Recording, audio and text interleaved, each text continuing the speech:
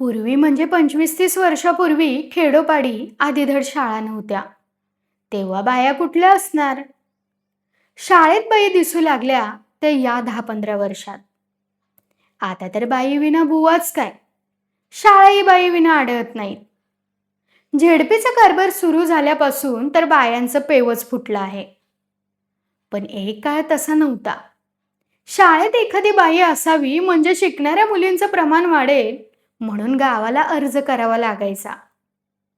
नुसता अर्ज नाही, तर शिक्षण खात्याकडं खटपट करावी लागायची. आता नूर पालटला आहे.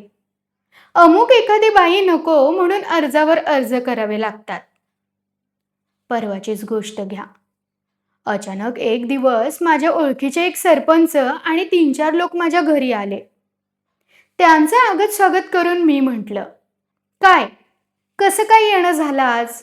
सरपंच म्हणाले, अहो झक मारत यायचीच पाळी आली. काय करता न येऊन? म्हणजे? आपल्या कपाळावर हात मारून ते म्हणाले, काय सांगायचं? शाळेत आलेल्या नव्या बाईनं डोकं उठवलं या. एवढं बोलून ते थांबले आणि दुसरं गृहस्थ म्हणाले, अहो अगदी भंडावून सोडलंय नुसतं. काय तरी खटपट करून तिची लांब कुठेतरी बदली करायला पाहिजे. यावर अर्जाची एक प्रत मला दाखवत सरपंच म्हणाले, गेल्या 4 महिन्यातला हा 4था अर्ज. मी तो अर्ज पाहिला.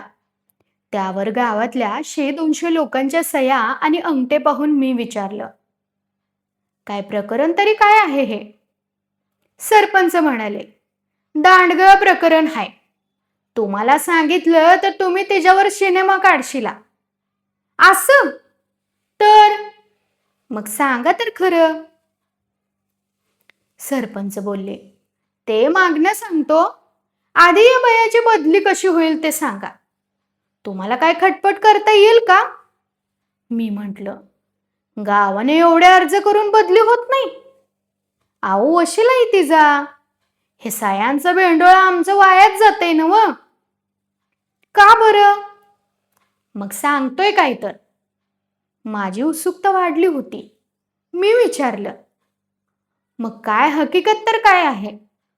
सरपंच म्हणाले, आम्ही सांगू नये आणि तुम्ही ऐकू नये. दुसरे एक जण म्हणाले, त्याचं काय आहे? अहो कसला ताळतंत्रच ठेवला नाही तर आमच्या मुली काय शिकतील? ताळतंत्र म्हणजे?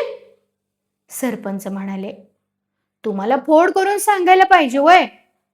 असं म्हणून तेच सांगू लागले, हे बघा, जे जे करू नये ते ती सगळं करती. काय सांगायचं? चालण्यात सायकल शिकायला माळावर जाती. 4 महिन्यात 10 लोकांनी तिलाही शिकवायचं काम केलं. पण अजून तिचं शिक्षण चालूच आहे. ह्या असली कसली सायकल शिकत असेल बघा की. मी आश्चर्याने बघतच राहिलो. नंतर सरपंच म्हणाले, बघता काय, असं आहे कलम. दर आठवड्याला कुणाला तरी घेऊन सिनेमा बघून येते. एक आहे का? तिच्या पायी गावात पार्ट्या पडल्या त्या. रे ओढत दुसरा एक जण म्हणाला, अहो काय सांगायचं? या बाईवरनं परवा 4 लोकांची डोसकी फुटली. आपसात मिटलं म्हणून बरं. नाहीतर अख्खं गाव भरडून निघालं असतं. 4-2 पोरं तर तुरुंगात अडकले असते बघा. मी म्हटलं, मग अर्ज करूनही बदली का होत नाही? सरपंच म्हणाला, अहो वरच्या अधिकारी तिला वशच आहेत. या भागात साहेब येतो ते शाळा तपसायला नाही, तिची भेट घ्यायला. असं? तर काय? साहेब डाक बंगल्यात आला की बाई जातेच तिकडे मुक्कामाला. डाक बंगल्यात? तर हो, सरकारनं हे डाक बंगलं बांधून चांगली सोय केली बघा हे.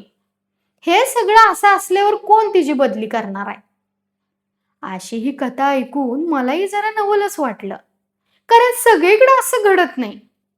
बऱ्याच ठिकाणी याच्या अगदी उलट घडतं.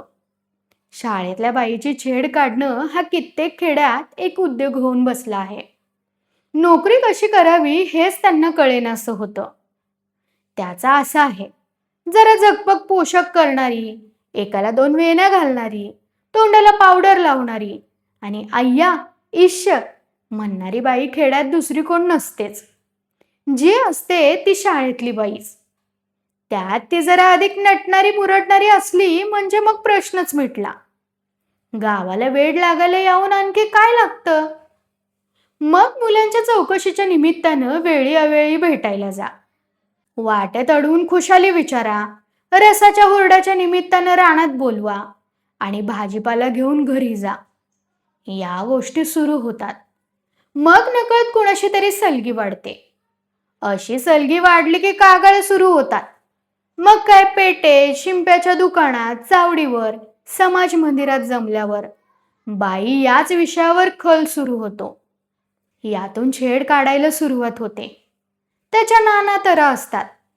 मग कोणी रस्त्याने निघाल्यावर खाकरतं खोकरतं, कोणी निनावी पत्र लिहितं, तर कोण अर्ज करतं. अशा नाना तऱ्हा. त्यातली एक तऱ्हा माझ्या कानी आली ती अशी. एका गावात घडलेली गोष्ट आहे ही. राहत्या घरापासून बाई शाळेला निघाली की तिची 4 ठिकाणी वाट अडवली जायची. कशी? आर दिलेला पटका वळवायचा निमित्त करायचं आणि बाई येताना दिसली की पटका धरून रस्ता अडवायचा. एकदा बाई रागानं म्हणाल्या, सबंध रस्ता असं अडवल्यावर माणसानं जायचं कसं? त्यांना उत्तर मिळालं, मग जावा की वाकून. वाकून? होय, काय वागता येत नाही का? ही अशी उर्मट उत्तरं आल्यावर बिचारी बाई काय बोलणार? त्याच गावात दिवस काढायचे असतात. पाण्यात उभं राहून माशाशी वैर कसं करणार? सुसरबाई तुझी पाठ मो, असंच म्हणायची पाळी येते. निनावी पत्र्यांचे मासले तर न दिलेलेच बरे. त्या पत्र्यामध्ये कधी बाईच्या सौंदर्याचं वर्णन असतं, तर कधी जागा वेळ सांगून तिथे येण्याचा हुकूम असतो. नाही आल्यास खून करण्याची धमकीही असते. असा हा सगळा मामला.